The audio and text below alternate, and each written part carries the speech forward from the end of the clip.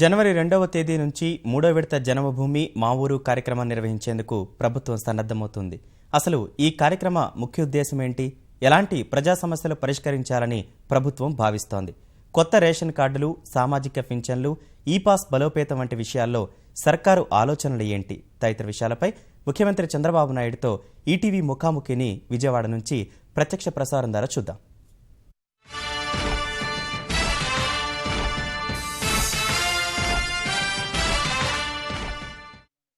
అభివృద్ధిలోనూ అగ్రస్థానంలో నిలపాలని రాష్ట్ర ప్రభుత్వం దృఢ సంకల్పంతో ఉంది. సమ్మిళిత అభివృద్ధి, హ్యాపీనెస్ ఇండెక్స్ స్థాయిలు పెంచేందుకు ముఖ్యమంత్రి కూడా అహర్నిశలు కృషి చేస్తూనే ఉన్నారు. అయితే జనవరి 2వ తేదీ నుంచి జన్మభూమి మా ఊరు కార్యక్రమం కూడా ప్రారంభమవుతుంది. ప్రజల వద్దకు పరిపాలన తీసుకెళ్లడం, అలాగే అభివృద్ధి సంక్షేమ కార్యక్రమాలను కూడా ప్రజల్లోకి తీసుకెళ్లడం లక్ష్యంగా ప్రభుత్వం జన్మభూమి మా ఊరు కార్యక్రమం నిర్వహిస్తుంది. ప్రస్తుతం వీటిపై మాట్లాడేందుకు ముఖ్యమంత్రి చంద్రబాబు నాయుడు మనతో ఉన్నారు. ఆయన అడిగి మరిన్ని విశేషాలు తెలుసుకుందాం. నమస్కారం అండి. ముందుగా మీకు నూతన సంవత్సర శుభాకాంక్షలు సార్. గతంలో మీరు జన్మభూమి నిర్వహించారు. గతం ముఖ్యమంత్రిగా ఉన్నప్పుడు జన్మభూమి కార్యక్రమం నిర్వహించారు. ఇప్పుడు జన్మభూమి మా ఊరు కార్యక్రమాన్ని కూడా ప్రతిష్టాత్మకంగా నిర్వహిస్తున్నారు. అయితే అప్పటికి ఇప్పటికీ తేడా, వ్యత్యాసం ఏంటంటారు? అంటే ప్రజల్ని ఎప్పటికప్పుడు ప్రభుత్వం చేసే కార్యక్రమాల్లో భాగస్వాములు చేయాల్సిన అవసరం ఉంది. ఎప్పుడైతే ప్రజలు భాగస్వాములు అవుతారో మనం అనుకున్న కార్యక్రమాలు కూడా దానికి మెరుగైన ఫలితాలు వస్తాయి. అందుకే మీరు చూస్తే పోయినసారి కూడా జన్మభూమి కార్యక్రమం పెట్టాం. ఈసారి జన్మభూమి మా ఊరు అనే కార్యక్రమం ద్వారా 2 విడతలు, ఇది 3వ విడత వెళ్తున్నాం. 2 సార్లు వెళ్ళినప్పుడు వివిధ సమస్యలతో వాళ్ళ దగ్గరికి వెళ్ళి, ఒకసారి పేదవాళ్ళందరికీ పింఛన్లు ఇవ్వడానికి వెళ్ళి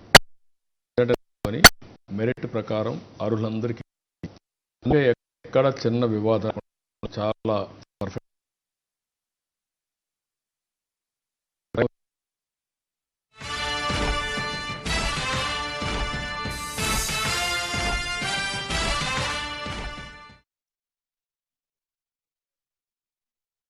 అప్డేట్ చేశాం. అది కూడా చాలా బాగా జరిగే పరిస్థితి వచ్చింది. ఈ తర్వాత సమస్యలు, పరిష్కార మార్గాలు, ఒక యాక్షన్ టేకన్ రిపోర్ట్ కూడా వాళ్ళందరూ పెడుతున్నాం. అది పెట్టిన తర్వాత వాళ్ళు ఈరోజు ఒక 12 లక్షలు, దగ్గర 12,50,000 మంది మాకు కార్డ్స్ కావాలని అడిగారు. కొంతమంది కొత్తగా ఉన్నారు, కొంతమందికి కార్డ్స్ డివైడ్ అయిన తర్వాత కార్డ్స్ లేని వాళ్ళు ఉన్నారు ఫ్యామిలీలో. వాళ్ళందరికీ కూడా ఇవ్వాలని చెప్పి నిర్ణయించాం. వెరిఫికేషన్ అయ్యింది. అర్హులందరికీ కార్డులు ఇస్తున్నాం. అదే మరి గ్రామంలో మీరు చూస్తే ఇంతవరకు జరిగిన సంక్షేమ కార్యక్రమాలన్నీ అందుతున్నాయా లేదా, పెన్షన్లు సుజావుగా అందుతున్నాయా, ఎక్కడన్నా అవినీతి ఉందా, అవన్నీ కూడా వెరిఫై చేస్తున్నాం. ఈ ప్రభుత్వం సంక్షేమ కార్యక్రమాలకు ఎక్కువ ప్రాధాన్యత ఇస్తున్నాం. 4 కేజీల నుంచి 5 కేజీల బియ్యం, అది కూడా ఎంతమంది ఇంట్లో ఉంటే అంతమందికి 5 కేజీల చొప్పున బియ్యం ఇచ్చే పరిస్థితి తీసుకొచ్చాం. అంతేకాకుండా ఏ ఇష్యూ వచ్చినా, మన హుద్హుద్ తుఫాన్ వచ్చినా, నిన్న నెల్లూరులో వరదలు వచ్చినా అన్ని విధాల బాధితులను ఆదుకున్నాం. కరువులో కూడా దగ్గర 650 కోట్ల రూపాయలు ఇన్పుట్ సబ్సిడీ కింద అనంతపూర్ కానీ మిగిలిన కరువు ప్రాంతాలకు ఇచ్చాం. ఈరోజు మళ్ళీ నేను ఆలోచించేది, ఒక పక్క సంక్షేమ కార్యక్రమాలు ఇవ్వడమే కాకుండా అభివృద్ధి కార్యక్రమాల్లో కూడా ప్రజల్ని భాగస్వాములు చేయాలి. ఈరోజు మీరు చూస్తే మరుగుదొడ్లు అందరికీ ఇవ్వాలని, అవి కట్టుకోవాలని, స్వచ్ఛ భారత్లో భాగంగా స్వచ్ఛ ఆంధ్రప్రదేశ్ సాధించడం కోసం ముందుకు పోవడానికి ఒక కార్యక్రమం తీసుకున్నాం.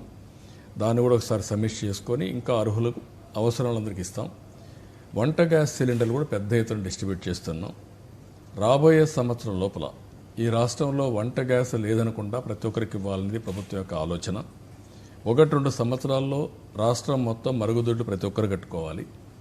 రాష్ట్రం ఓపెన్ డెఫికేషన్ ఫ్రీ రాష్ట్రంగా తయారు కావాలనేది ఈ రాష్ట్రం యొక్క ప్రభుత్వం యొక్క ఉద్దేశం. ఇది కాకుండా ఈ సంవత్సరం వాడవాడకు సిమెంట్ రోడ్డు అనే కార్యక్రమంతో పెద్ద ఎత్తున సిమెంట్ రోడ్లు వేస్తున్నాం. 5,000 కిలోమీటర్లు ఈ సంవత్సరం రోడ్లు వేయడం కోసం శ్రీకారం చుట్టాం. 450-60 కిలోమీటర్లు ఇప్పటికి అయ్యింది. రాబోయే 3 నెలల్లో మిగిలిన 4,500 కిలోమీటర్లు సిమెంట్ రోడ్లు వేయబోతున్నాం. ఇది కాకుండా కరువు రహిత రాష్ట్రంగా తయారు చేయడానికి ఒక కార్యక్రమాన్ని తీసుకున్నాం. వర్షపు నీరుని భూగర్భ జలాలుగా మార్చడం, అందులో కూడా పెద్ద ఎత్తున మీరు చూస్తే పంట సంజీవని, అదే మరి చెక్ డ్యామ్లు, పర్కులేషన్ ట్యాంకులు, చెరువుల్లో పూడికి తీయడం ఉద్యమంగా ఈ కార్యక్రమాలు తీసుకున్నాం. నదుల అనుసంధానం చేస్తున్నాం. ఈ ప్రభుత్వం యొక్క ముఖ్యమైన ఉద్దేశం ప్రతి ఒక్క ఊరిలో వర్షాకాలం కంటే ముందు 8 మీటర్లు లోతులో నీళ్లుండాలి, వర్షాకాలం తర్వాత 3 మీటర్ల లోతులనే నీళ్లుండాలి. ఇది సాధించడం కోసం ఒక కార్యక్రమం తీసుకున్నాం. ఇంకొక పక్కన రెయిన్ గన్ అనే పేరు పెట్టి ఎక్కడైనా వర్షాభావం ఉంటే అప్పుడు స్ప్రింక్లర్ ఇరిగేషన్తో 1-2 తళ్ళు నీళ్లు ఇచ్చి పంట కాపాడే కార్యక్రమానికి శ్రీకారం చుట్టాం. అంటే ఏ రైతుకు కూడా ఈరోజు మీరు ఒకసారి చూస్తే పొలం పిలుస్తుంది కార్యక్రమం పెట్టాం, ఎరువులు ఇస్తున్నాం, మేలైన విత్తనాలు ఇస్తున్నాం, ఎక్స్టెన్షన్ ఆఫీసర్లు పెట్టాం, కరెంటు పూర్తిగా ఇస్తున్నాం. అదే మాదిరిగా ఇంకొక పక్క మీరు చూస్తే ఏదైతే నీటి ఎద్దడి ఉంది కాబట్టి ఆ నీరు కూడా ఇస్తున్నాం. దీంతో వ్యవసాయ రంగంలో అనేకమైనటువంటి పెను మార్పులకు నాంది పలికాం. పెద్ద ఎత్తున ఎక్విప్మెంట్ మోడర్నైజేషన్కి వెళ్ళాం. ఇది ఎప్పుడూ జరగనటువంటి తీసుకొని ఈ ప్రభుత్వం ముందుకు పోయే పరిస్థితుంది. అంటే గతంలో మీరు శ్రమదానం అని చెప్పి ఒక ప్రత్యేక నినాదాన్ని ఇచ్చారు, ప్రజల్ని భాగస్వామ్యం చేశారు. ఈసారి అలాంటి కార్యక్రమాలు నేనేమంటున్నానంటే నవ్యాంధ్ర నిర్మాణంలో అందరి కర్తవ్యం. ప్రతి ఒక్కరూ ఆలోచించాల్సిన సంక్షేమమే కాదు, ఈ ప్రభుత్వం సంక్షేమాన్ని ఇవ్వడానికి చాలా గట్టిగా పనిచేస్తున్నాం. కడకు పండుగ రోజు కూడా పేదవాడు ఇబ్బంది పడకూడదనే ఉద్దేశంతో సంక్రాంతి కానుక 2సారి ఇస్తున్నాం, రంజాన్ తోఫా ఇచ్చాం, క్రిస్మస్ కానుక ఇచ్చాం. ఈరోజు ఈ ప్రభుత్వం ప్రతి ఒక్కటి కూడా నిశ్చితంగా పేదవాడి పట్ల ఒక మంచి వాతావరణం రావాలి, ఆనందంగా ఉండాలి, వాళ్ళని ఎప్పటికప్పుడు మీరు ఇంతకుముందు చెప్పినట్టు హ్యాపీనెస్ ఇండెక్స్ పెట్టుకున్నాం. మెరుగైన జీవన ప్రమాణాలు, ఆనందదాయకమైన సమాజం, ఆ ఉద్దేశంతో మేము ముందుకు పోయినప్పుడు దానికి కావాల్సిన అన్ని పనులు చేసుకుంటూ వస్తున్నాం. ఇక్కడ నేను ఆలోచించేది ఏంటంటే ప్రభుత్వం యొక్క బాధ్యత ఇవన్నీ చేసినప్పుడు ప్రజలు కూడా సమిష్టిగా సహకారం అందించాలి. మీ జీవితాలు బాగుపడడం కోసం సమాజంలో మనమందరం ఆనందంగా ఉండాలంటే అందరం కూడా సమిష్టి కృషి అవసరం, అందరి సహకారం అవసరం. నేను అందుకనే మీకు ఒక పక్కన సంక్షేమ కార్యక్రమాలు, రెండో పక్కన సిమెంట్ రోడ్లు, ఇంకొక పక్క పంట సంజీవని, ఇంకొక పక్క వాళ్ళకి కావాల్సిన వ్యక్తిగత మరుగుదొడ్లు, గ్యాసు ఇవన్నీ ఇవ్వడం. అదే మరి ఈరోజు పేదవాడి ఆరోగ్యం కోసం మొదటిసారి అన్ని ప్రక్షాళన చేస్తున్నాం. అనేకమైన సంస్కరణలు వైద్య రంగంలో తీసుకొస్తున్నాం. అన్ని హాస్పిటల్ని ఏ విధంగా పరిశుభ్రంగా పెట్టాలి, క్లీనినెస్ కోసం ఒక మాన్యువల్ తీసుకున్నాం. అది కూడా సర్వీస్ అవుట్సోర్సింగ్ చేస్తాం. రెండోది బయోమెడికల్ వేస్ట్ డిస్పోజ్ చేయాలని చేయబోతున్నాం. మూడోది ఎలుకలు కానీ పెస్ట్ కానీ ఇలాంటి రాకుండా, చెదులు కానీ రాకుండా ఏం చేయాలో దానికి కూడా కాంట్రాక్ట్ పెడుతున్నాం. నాలుగోది అవుట్సోర్సింగ్లోనే గార్డెన్స్ ఇవన్నీ కూడా చేసి ఒక మంచి వాతావరణం క్రియేట్ చేస్తాం. వైద్య పరీక్షలు, ఎన్టీఆర్ వైద్య పరీక్ష పేరుతో అన్ని వైద్య పరీక్షలు ఉచితంగా చేయించడం కోసం జిల్లా స్థాయి హాస్పిటల్ నుంచి ప్రైమరీ హెల్త్ సెంటర్ వరకు ఎన్నెన్ని చేయించనో అన్ని లిస్టు పెట్టి అవన్నీ ఫ్రీగా చేస్తాం. దీనికి కూడా ఒక అకౌంటబిలిటీ పెట్టి బయట వాళ్ళని కూడా తీసుకొచ్చి మెరుగైన విధానంలో అవన్నీ కూడా చేపిస్తాం. వాళ్ళ ఎక్విప్మెంట్ పెట్టుకొని బయట వాళ్ళకు కూడా వాళ్ళు కొన్ని పరీక్షలు చేసుకోవచ్చు. రెండోది ఉండే ఎక్విప్మెంట్ సరిగా పనిచేయడం లేదు, అవన్నీ కూడా ప్రక్షాళన చేస్తున్నాం. మెయింటెనెన్స్ అవుట్సోర్సింగ్ ఇస్తున్నాం. ఎప్పటికప్పుడు గంటల్లో రిపేర్ చేపిస్తాం. ఒకవేళ ఏదైనా ఎక్విప్మెంట్ చాలకపోతే అవి కూడా తెప్పిస్తాం. ఒక హైర్ పర్చేస్లోనో యాన్యుటీనో లేకుంటే ఏ విధంగా పే చేయాలో పే చేసి అవి కూడా తెప్పిస్తాం. అంతేకాకుండా గవర్నమెంట్లో ఉండే డాక్టర్స్ని ఉపయోగించుకుంటాం. అవసరమైన 10 మంది డాక్టర్లు ఇస్తాం. పెద్ద పెద్ద హాస్పిటల్స్కి మెడికల్ సూపరింటెండెంట్సే కాకుండా అడ్మినిస్ట్రేటర్స్ని పెడతాం ఇవన్నీ మేనేజ్ చేయడానికి. అంతేకాకుండా అల్టిమేట్గా ప్రైవేటుగా ఆ ఊరిలో మంచి డాక్టర్ ఉంటే ఎన్టీఆర్ వైద్య సేవ కింద హాస్పిటల్కి వచ్చి ఆపరేషన్ చేసే కార్యక్రమాన్ని కూడా పెడుతున్నాం. అంటే ఈ ప్రభుత్వం యొక్క ముఖ్యమైన ఉద్దేశం పేదవాడికి మెరుగైన ఆరోగ్యం ఇవ్వాలి. అలాంటి వైద్యం అందించాలంటే ప్రతి ఒక్క హాస్పిటల్ కూడా ఫుల్గా ఎక్విప్ కావాలి. ఈరోజు రాష్ట్రంలో ఉండే హాస్పిటల్స్ అన్నీ మంచి సెంట్రల్ ప్లేస్లో ఉన్నాయి, బిల్డింగ్ కూడా బాగా ఉన్నాయి, కానీ అది మేనేజ్ చేయడంలో కొన్ని లోటుపాట్లు ఉన్నాయి. అవన్నీ సరి చేస్తున్నాం. అంటే వైద్య రంగంలో సంస్కరణలు అంటున్నారు, పెద్ద ఎత్తున దీనికి ఈ సంస్కరణలో భాగంగా పెద్ద ఎత్తున వనరులు కూడా వినియోగం అవుతాయి. ఈ వనరులు ఎలా సమకూర్చుకుంటారు? నేను ఏమంటానంటే సమర్థత పెంచితే ఉండే వనరులతోనే మెరుగైనటువంటి వస్తువులు కల్పించే అవకాశం ఉంది. ఈరోజు మీరు చూశారు రెవెన్యూ విషయం ఉంది. రెవెన్యూ విషయంలో మీ ఇంటికి మీ భూమి 2 సార్లు పంపించాం. అందరి రికార్డు వాళ్ళకి ఇచ్చాం. ఇచ్చిన తర్వాత రికార్డులన్నీ వెరిఫై చేసి వాళ్ళ భూమి ఏమైనా కాదు చెప్పారు. 90% పరిష్కారం చేయగలిగాం. ఇంకా 10% ఉంది. ఆ 10% ఏంటి? 5% ఆ ఊళ్ళో లేరు. కొంతమంది విదేశాల్లో ఉన్నారు, కొంతమంది ఇక్కడ లేరు. రెండోది కొన్ని సమస్యలు ఇంకా సర్వే కాలేదు, మ్యుటేషన్ కాలేదు. కొన్ని సమస్యలు లిటిగేషన్లో ఉన్నాయి. అది కోర్టులో ఉన్నాయి, ఆఫీసర్ దగ్గర ఉన్నాయి, గొడవల్లో ఉన్నాయి, ఇవన్నీ ఉన్నాయి. ఇవన్నీ కూడా పరిష్కారం చేసినప్పుడు రెవెన్యూ వ్యవస్థ పూర్తిగా ప్రక్షాళన చేస్తున్నాం. దీనికి డబ్బులు కావాల్సింది, ప్రభుత్వ విధానం ముఖ్యం. ఈ విధంగా ప్రతి ఒక్క డిపార్ట్మెంట్ టెక్నాలజీ ఉపయోగించుకొని ఈరోజు మీరు చూస్తే 43,50,000 మందికి పింఛన్లు ఇస్తున్నాం. ఎక్కడ జరుగుతూ ఉంది? నెలవారీగా మొదటి తారీఖున పంచాయత్ సెక్రటరీ వెళ్ళి, జన్మభూమి కమిటీలు వెళ్ళి, ఇంటింటికి వెళ్ళి 1,000 రూపాయలు, 1,500 రూపాయలు పెన్షన్ ఇస్తున్నాం. దానికి 2 రోజులు, 3 రోజులు, 4 రోజులు పనిచేస్తే అయిపోతుంది. కానీ విధానం ఏంటి? ఫుల్ ప్రూఫ్గా పెట్టాం. ఒకటి, వాళ్ళ యొక్క బయోమెట్రిక్ వేలిముద్రలు వేయడం, అది లేకపోతే కనురెప్పలు తీసుకోవడం, అర్హులైన వారికి, నిజమైన వ్యక్తులకి ఇది ఇవ్వగలుగుతున్నాం. ₹1 అవినీతి లేకుండా చేస్తున్నాం. ఈ విధంగా ఈరోజు ఈ పాస్ పెట్టాం. ఈ పాస్ విధానంలో కూడా ప్రతి ఒక్కరు గుర్తుపెట్టుకోవాల్సింది, ఎంత బియ్యం ఇవ్వాలనో ఎగ్జాక్ట్గా బియ్యం వస్తుంది. 5 కేజీలు ఆ ఇంట్లో నలుగురు ఉంటే 20 కేజీలు వస్తుంది. దాంట్లో 50 గ్రాములు అటు ఇటు పడినా కూడా ఆటోమేటిక్గా రికార్డు కాదు. రెండోది, వాళ్ళు తప్ప వేరే వాళ్ళకి తీసుకునే అవకాశం కూడా లేదు. అంటే ఇప్పుడు ప్రభుత్వం 12.5 లక్షల పైగా రేషన్ కార్డులు ఇస్తుంది. ఇంకా ఈ పాస్ విధానంలో ఇంకా ప్రాథమిక స్థాయి సమస్యలు ఉన్నాయని చెప్పి చిన్న సమస్యలు ఉన్నాయి, కావాలని కొంతమంది క్రియేట్ చేస్తున్నారు. నేను అందులో కూడా ఒక స్టాగరింగ్ పెట్టమన్నాను. మొదటి రోజున ఫస్ట్ 100, రెండో రోజు ఇంకొక 100, ఇంకొక రోజు ఒక 100, ఈ మాదిరిగా పెడితే టెక్నాలజీ ప్రాబ్లమ్స్ కూడా రావు. రెండోది, ఈ వేలిముద్రలు కానీ కనురెప్పల యొక్క ఇది తీసుకున్నప్పుడు మీకు ఆ సమస్య రావడం లేదు.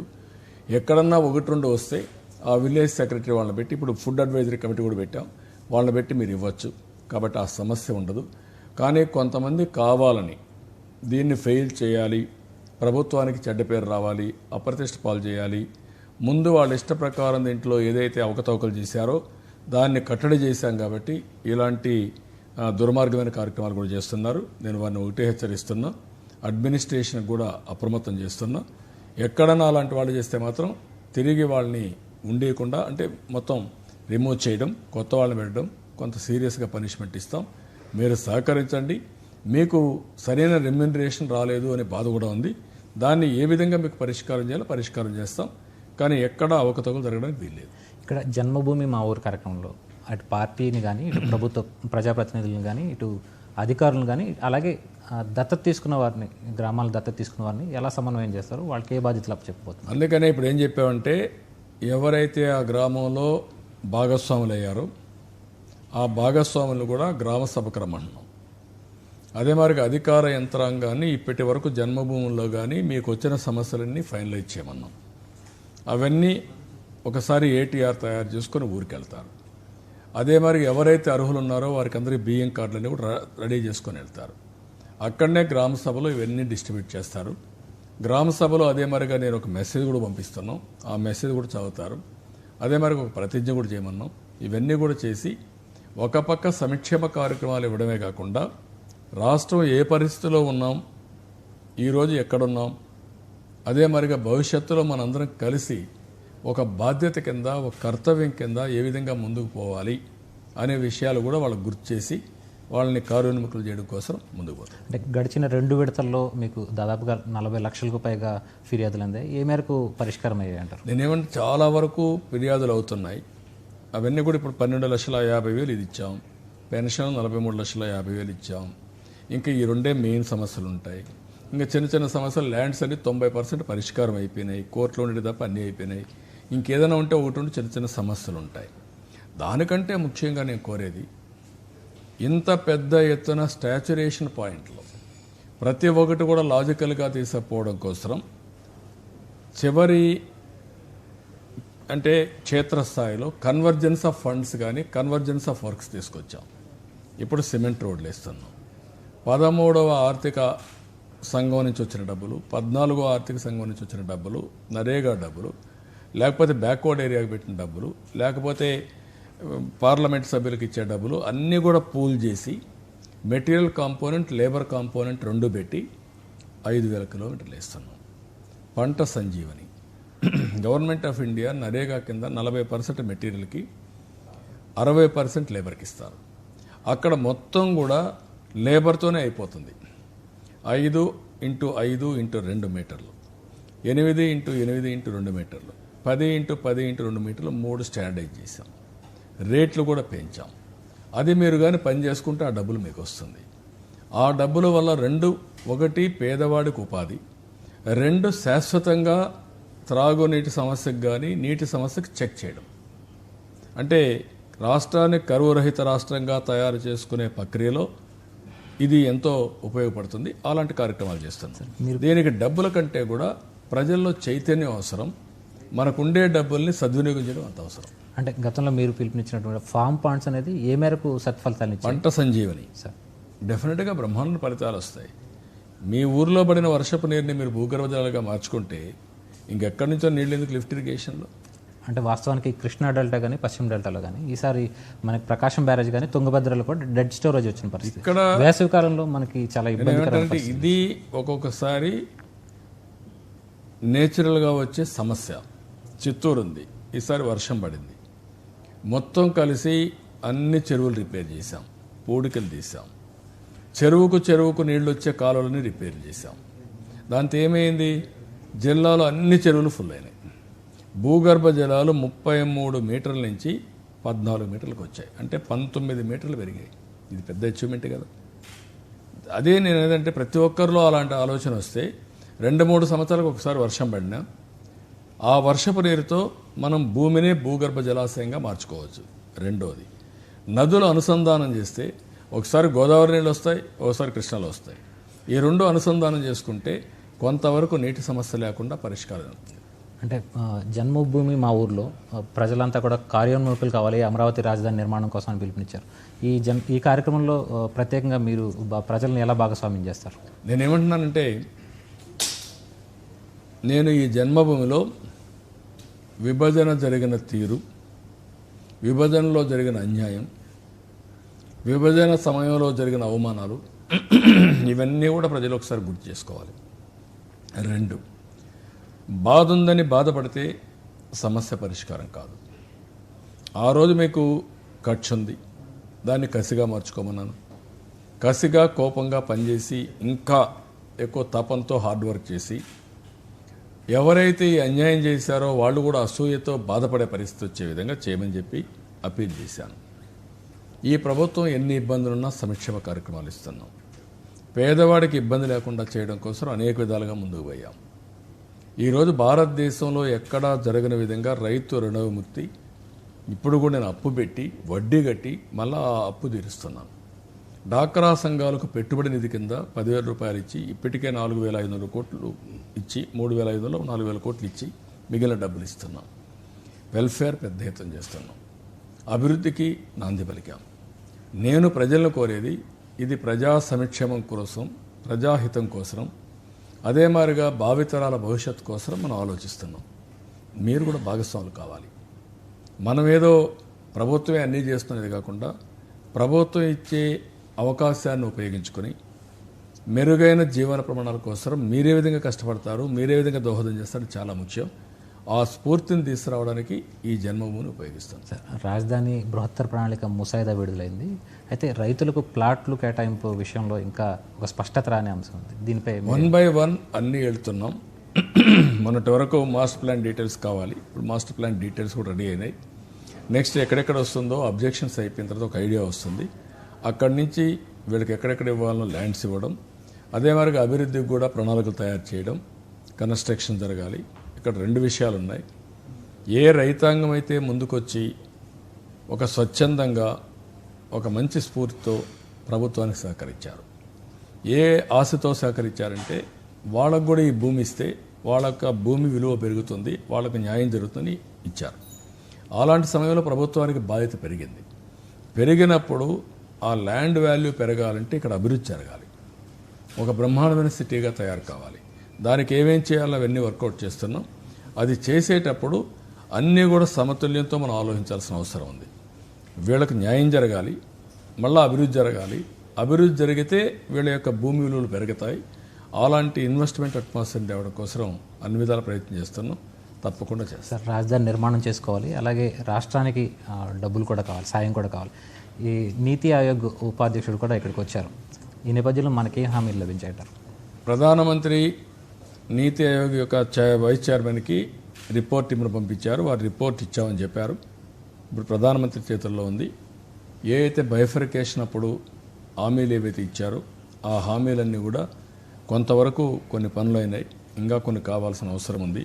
నేను పదే పదే కేంద్రాన్ని రిక్వెస్ట్ చేసింది, ఏవైతే ఇరుగు పొరుగు రాష్ట్రాలు ఉన్నాయో, అటు తమిళనాడు, ఇటు తెలంగాణ, అటు కర్ణాటక, ఈ 3 రాష్ట్రాలతో సమానంగా మేము పైకి వచ్చే వరకు మాకు చేయూతనివ్వండి. విభజన చట్టంలో చెప్పినటువంటి విషయాలే కాకుండా అదనంగా కూడా చేయూతనిచ్చి మమ్మల్ని పైకి తీసుకొస్తే ఆటోమేటిక్గా ఈ దేశ అభివృద్ధికి మేము కూడా కృషి చేస్తామని చెప్పి చాలాసార్లు చెప్పాను. ఆ విషయం మళ్ళీ అడుగుతున్నా. తప్పకుండా చేయాల్సిన అవసరం ఉంది. తొందరలోనే ప్రధానమంత్రిని కలుస్తాను. కలిసి ఇవన్నీ విజ్ఞప్తి చేసి మనకు రావాల్సినటువంటి న్యాయసమ్మతమైనటువంటి ఏ ఇష్యూస్ ఉన్నాయో అవన్నీ కూడా పరిష్కారం చేస్తాం. మన రాష్ట్ర పారదర్శక పాలన కోసం మైక్రోసాఫ్ట్తో కూడా ఒప్పందం చేసుకున్నాం. అది రాష్ట్రానికి ఏ మేరకు లబ్ధి చేస్తుందంటారు? అంటే టెక్నాలజీ అనేది చాలా ముఖ్యం. ఈరోజు అవినీతి పోవాలన్నా, ట్రాన్స్పరెన్సీ రావాలన్నా, అడ్మినిస్ట్రేషన్లో ఒక జవాబుదారీతనం రావాలన్నా, ఇంకొక పక్క మనం చేసే పని ఎంతవరకు కరెక్ట్గా ఉందని ఎప్పటికప్పుడు బేరీ చేసుకోవాలన్నా టెక్నాలజీ అవసరం. అందులో నేను ఇప్పుడే కాదు, టెక్నాలజీ ఎప్పటి నుంచో నేను ఉపయోగిస్తున్నా. ఒకప్పుడు హైదరాబాద్ని knowledge based economy, information technology ద్వారా తీసుకొచ్చాం. ఇప్పుడు అడ్మినిస్ట్రేషన్లో దీన్ని ఉపయోగించుకుంటూనే ఆంధ్రప్రదేశ్ రాష్ట్రాన్ని ఒక తీర ప్రాంతం ఉంది కాబట్టి తీర ప్రాంత అభివృద్ధి, పోర్ట్ ఆధార పరిశ్రమలు, అదే మరి ఎక్స్పోర్ట్స్, ఇంపోర్ట్స్ ఇవన్నీ రావాల్సిన అవసరం ఉంది. ఈరోజు పన్గారియా గారు కూడా ఒక మాట అన్నారు. ఆంధ్రప్రదేశ్ నుంచి విశాఖపట్నం నుంచి చెన్నై వరకు ఒక కారిడార్ ఎస్టాబ్లిష్ చేసి ఎక్కడికక్కడ ఇండస్ట్రియల్ టౌన్షిప్లు పెట్టి, పోర్ట్ బేస్డ్ పెట్టి బాగా డెవలప్ అయితే ప్రపంచం మొత్తం పెట్టుబడులు పెడతారు, ఎక్స్పోర్ట్స్ ఎక్కువ జరుగుతాయి.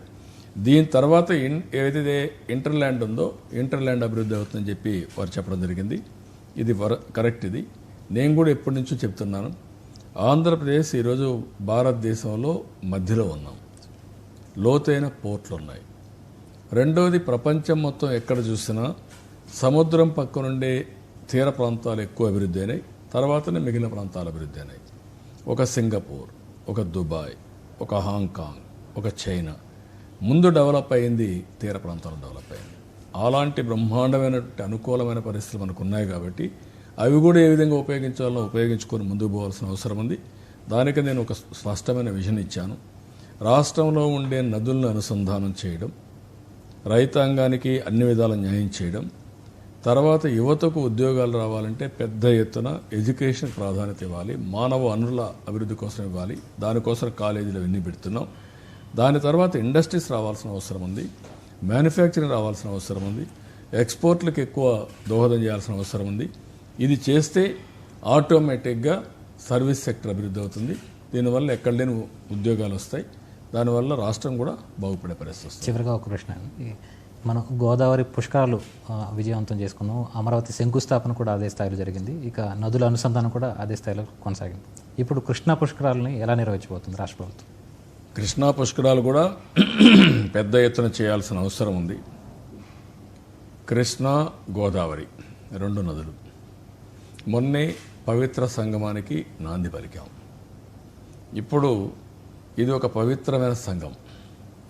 ఈ సమయంలో కృష్ణా పుష్కరాలు వచ్చాయి. గోదావరి పుష్కరాల సమయంలో, మహాపుష్కరాల సమయంలో నేను ఆ రోజు ఒక గోదావరి తల్లిని ప్రార్థించాను.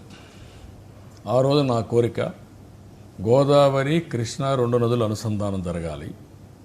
గోదావరి తల్లి యొక్క చల్లని చూపుతో ఆంధ్ర రాష్ట్రంలో కరువు రహిత రాష్ట్రంగా తయారు కావాలనేది నా సంకల్పం. ఆ రోజు మహాసంకల్పం. ఆ సంకల్పం చేశాను. ఆ సంకల్పంలో మొదటి భాగం ఈ 2 నదులు కలిశాయి. ఈ సంవత్సరం మళ్ళీ కృష్ణా పుష్కరాలు వచ్చాయి. ఘనంగా కృష్ణా పుష్కరాలు చేయాలి, ఇన్ఫ్రాస్ట్రక్చర్ క్రియేట్ చేయాలి. దుర్గమ్మ ఫ్లైఓవర్ కూడా అందులో భాగంగానే తీసుకొచ్చాం. అది కూడా ఎంతవరకు వీలైతే అంతవరకు పూర్తి చేస్తాం. ఇది కాకుండా ఇంకా ఇన్ఫ్రాస్ట్రక్చర్ డెవలప్ చేసి మళ్ళీ ప్రజలు 12 సంవత్సరాలు గుర్తుపెట్టుకునే విధంగా ఈ గోదావరి కృష్ణా పుష్కరాలు జరుగుతాయి. అదే కాకుండా ఈ కృష్ణా పుష్కరాలు ఈ పక్క ఉండే అన్ని జిల్లాలు చేసుకోవాల్సిన అవసరం ఉంది, రాష్ట్రం అంతా కూడా చేసుకోవాల్సిన అవసరం ఉంది. ఎందుకంటే నదులని మనం ప్రార్థించడం, నదులతో అనుసంధానం కావడం, పవిత్రమైన భావంతో ముందుకు పోతే మన జీవితాలు బాగుపడతాయి. కాబట్టి ఇది కూడా బ్రహ్మాండంగా చేస్తాం. ధన్యవాదాలు సార్. మొత్తం మీద రాష్ట్రంలో సమ్మిళిత అభివృద్ధి హ్యాపీనెస్ ఇండెక్స్ పెంచడమే తన లక్ష్యం అని చెప్పి ముఖ్యమంత్రి చెప్తున్నారు.